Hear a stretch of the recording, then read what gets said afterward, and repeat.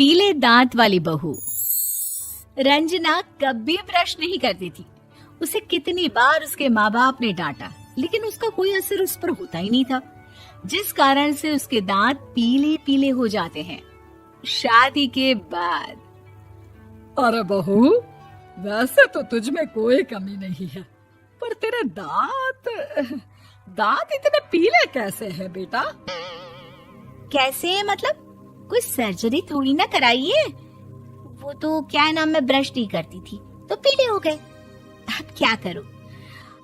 आप कहें तो लाल करवा लूं या फिर काले?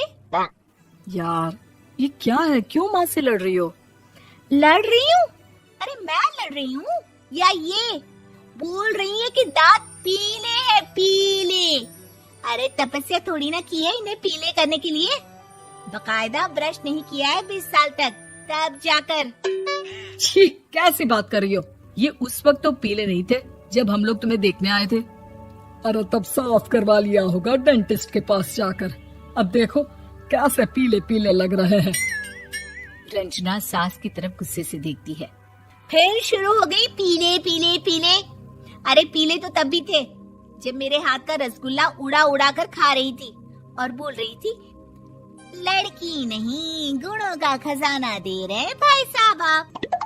खैर, अब वो लोग करते भी तो क्या करते, पीले दांत वाली बहू पल्ले पड़ी थी तो झेलना तो था ही। एक दिन कीर्तन में रंजना गाना गा रही थी। अरे कमला बहन, माँ का द्वार है, यहाँ तो सब शुद्ध होकर आते हैं, फिर अपनी बहू को ब्रश भी नहीं करवाती तुम। दूर से पीले पीले दांत भक्ति में बाधा उत्पन्न कर रहे हैं। अरे कोई 2 साल के बच्चे थोड़ी ना लेकर आई हूँ मैं बहू बनाकर। अच्छी खासी लड़की है, अरे कैसे करवाऊं ब्रश? ये तो उसे खुद करना चाहिए ना। अब माँ बाप तो इसके जैसे तैसे निपटा दिए, ये नहीं सोचा कि सास कैसे संभालेगी।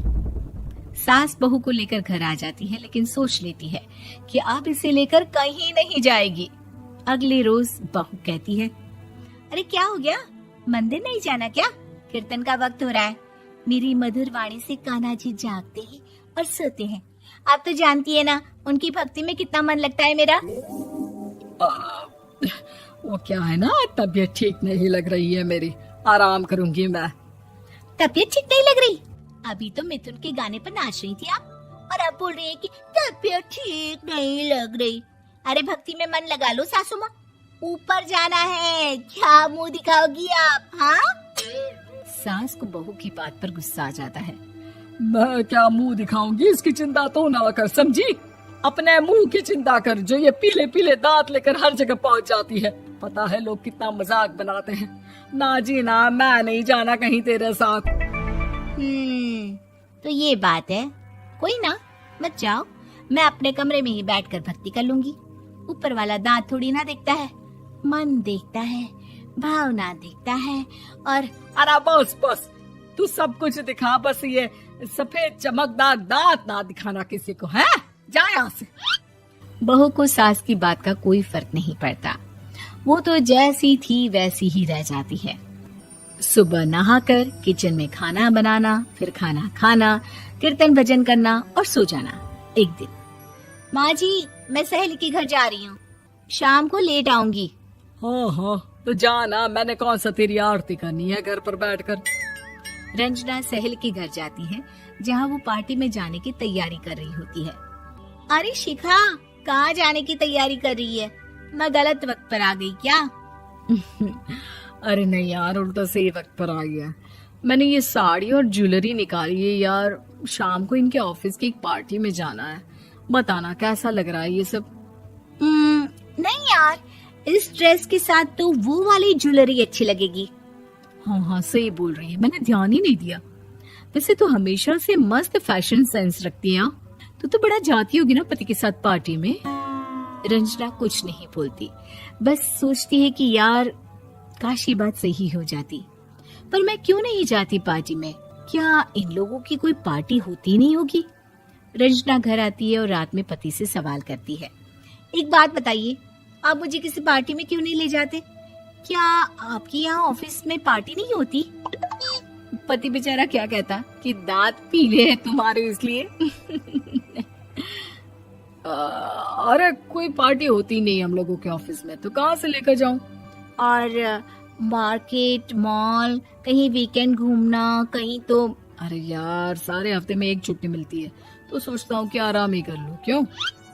रंजना मन मार के रह जाती है। पहले कभी सास के साथ मंदिर जाया करती थी, लेकिन वो भी सास ने ले जाना बंद कर दिया। घर बैठी बैठी रंजना बोर हो जाती है। तभी उसे आइडिया आता है और वो मायके जाने का सोचती है। सासू माँ, 2 दिनों के लिए मम्मी के घर जा रही हूँ। अच्छा ठीक है, आराम से जा। और हाँ, माँ से कुछ अच्छी आदत सीख कर आना कि कैसे शरीर के हर भाग की तरह दांतों की सफाई भी जरूरी होती है, समझी? शुरू हो गई ना आप। वो लोग आपकी तरह नहीं है कि छोटी छोटी बात का बतंगड़ बना दे। उन लोगों के लिए मैं मायने रखती हूँ, ना कि मेरे पीले पीले दांत। रंजना माँ को बिना बताए उन लोगों को सरप्राइज देती है, लेकिन जैसे ही वो दरवाजे पर पहुंचती है, अंदर देखती है कि घर वाले कहीं जा रहे होते हैं। अब माँ, काश रंजना दीदी के दांतों वाली प्रॉब्लम नहीं होती, तो वो भी हम लोगों के साथ चलती ना बुआ जी की बेटी की शादी में। हाँ बेटा, लेकिन अब उसे कौन समझाए कि उसको उसके पीले दांत नहीं दिखते, लेकिन उसके आसपास के लोगों को कितना एम्बैरेसिंग फील कराते हैं। मुझे तो कितनी बार उसके स्कूल की टीचर ने शिकायत की कि उसके साथ कोई लड़की बैठना भी नहीं चाहती, और ना ही कॉलेज में कोई उससे बात करना चाहता था। लेकिन पता नहीं क्यों उसे ये बात समझ में ही नहीं आती। कोई कमी नहीं है उस लड़की में, बस यही कि दांत पीले हैं। वो तो भला हो जीजा जी और उनकी माँ का, जो दीदी को जैसी है वैसे ही रखा हुआ है। रंजना को अपने घर वालों की बात सुनकर बहुत दुख होता है। वो सोचती है कि वो क्या करे, लेकिन फिर वो सीधा डेंटिस्ट के पास जाती है, अपने दांत चमकाती है और कसम खाती है कि वो रोज ब्रश करेगी। अरे क्या हो गया? तुम तो 2 दिनों के लिए गई थी ना, पर कोई ना, अच्छा है, चलो आ गई तो। रंजना सास के सामने आकर खड़ी हो जाती है और पूरी स्माइल करती है, उसके चमकदार दांतों को दिखाती हुई। हैं? चले मंदिर? माँ, मुझे माफ कर दीजिए, मैंने आप लोगों को बहुत एम्बैरेसिंग फील करवाया। मैं आज से रोज ब्रश करूंगी।